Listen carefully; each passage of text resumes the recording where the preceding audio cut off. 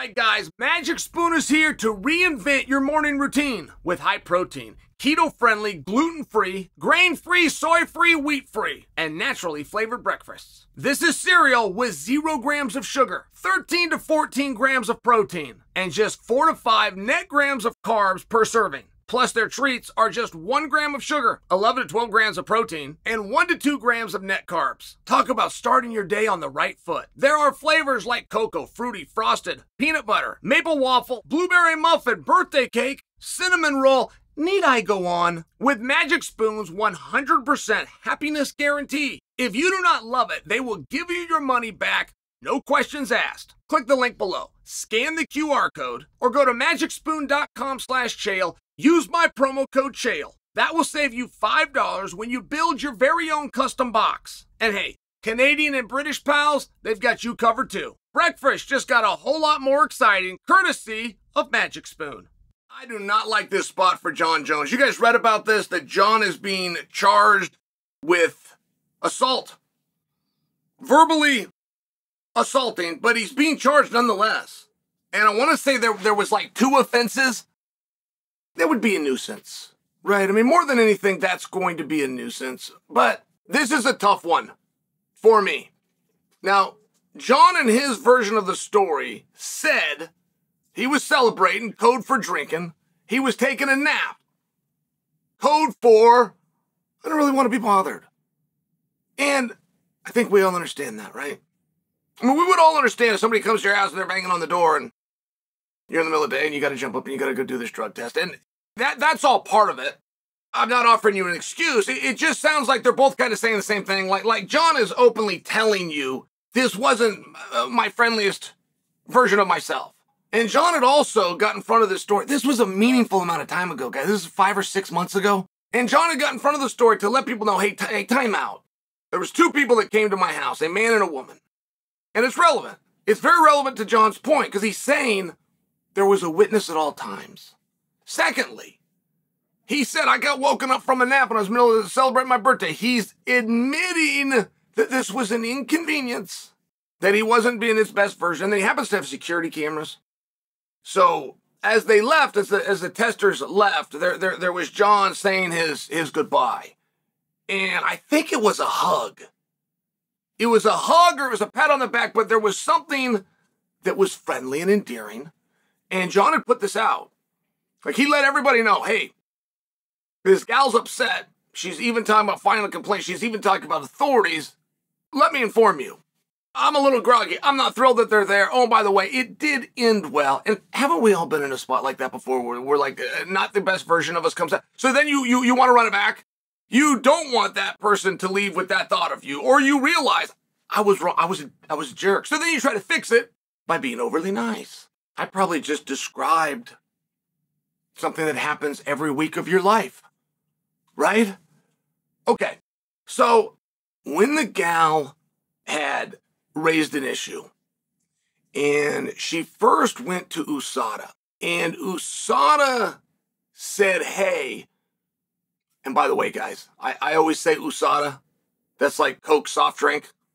I don't know who the testing agents were, and I don't know if it had changed hands. But to just use that vernacular and finish with my thought, the head of the agency said, hey, wait, don't go to the police with this. We've got a complaint. Don't do that. We got a witness. We got this guy. Let us look into this. Give us a minute to digest this. Like, we have several pieces of adjudication authority that we can use, but it all goes out if you go to the police. Don't do that. And she did. Now, I'm sharing with you, that's a tough one for me. The pool is guys that agree, and they agree to do certain things. They agree to give up certain rights, for example. So the agents came, the agents did what they did, but there is a significant difference, guys, in being a jerk and being a criminal. There's a significant difference in being rude and committing a crime. And it's annoying for me to have to read this about Jon and read that he's got to deal with this. It's annoying for me, even if not the municipality that I live in. Well, I'm a taxpayer and I can't even claim that right. This is over in New Mexico. But it's annoying to me that on a double hit misdemeanor, where there are no witnesses, right? There's a witness there, but they're not supporting the claim. There isn't video cameras of everything, but there is video surveillance, and it doesn't support the claim. Like, it seems like a tough one, and it still took those guys 4, 5, 6, whatever, however long this is, to make a decision, even in this case, 2 shows. What took you so long? Do you believe this happened or not? Do you have any evidence that it happened, yes or no? And as you're reading the statutes, do you see any violation of the law or not? And I could live with that answer, by the way. I might not like it. I might be annoyed. But it took you 4 months? All right. So, in a situation like that, and I got to just tell you, like, times are very different now than when I grew up. And I don't want to be that older guy going, oh, back in my day, we walked uphill to school both ways, and all we had was a stick and a rock. I don't want to try to do that. I try to always stay current. But there is a significant difference in where we are now as a society versus when I was growing up. That's true.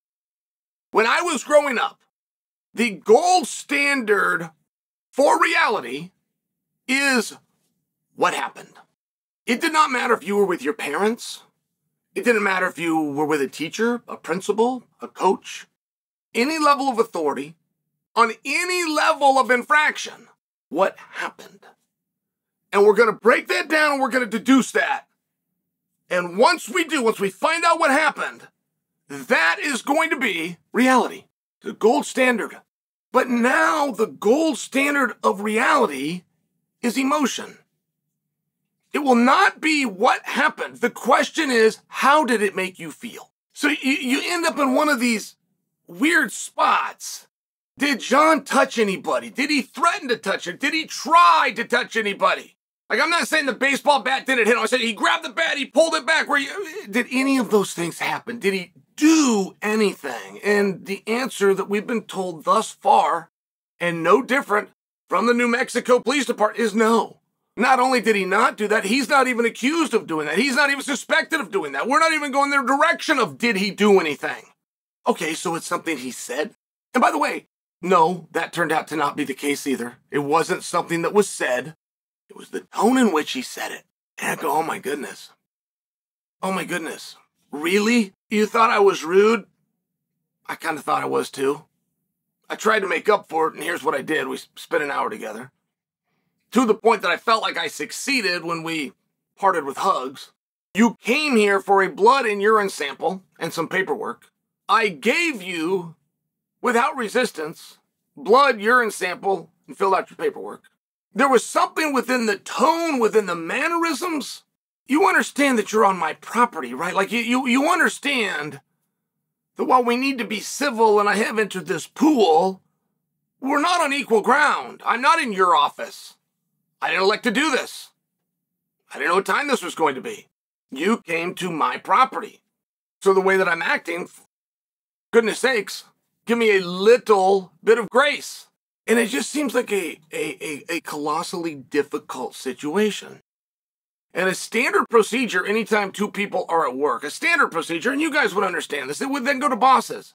If somebody from an opposing company, while you're at work, not when you're the customer, you could tell your boss, hey, this happened and I didn't like it. And the boss could call that boss and they talk and get it worked out, right? I mean, this is standardly how this was done. And the way it's reported, she went to her own authorities, which was the testing agency, which may or may not be called USADA. And they told her, do not go to the police. Give us some time. Let us look at this. And she did the opposite. And, you end up in such a slippery slope where you must believe the victim is like, well, yeah, but in the meantime of doing that, I don't want that person coming to my house. If there's something about me not having a t-shirt on while I'm at home taking a nap on my account, if there's something about the attitude that I had, if there was something that I couldn't work out and the hug at the end didn't solve this, if there's something about you coming to do 3 things, blood, urine, paperwork, I gave you blood, urine, paperwork while being annoyed openly and admitted it, but if you can't, I can't let you in my house.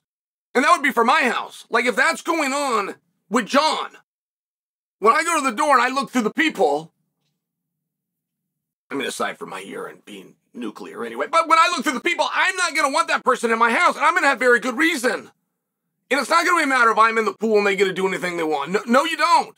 You don't get to bring somebody that does this. No different then had Jon done something, no tester is going to want to go to Jon's house. They're going to draw the short straw and go, no, hey, we're all paid the same, call somebody else.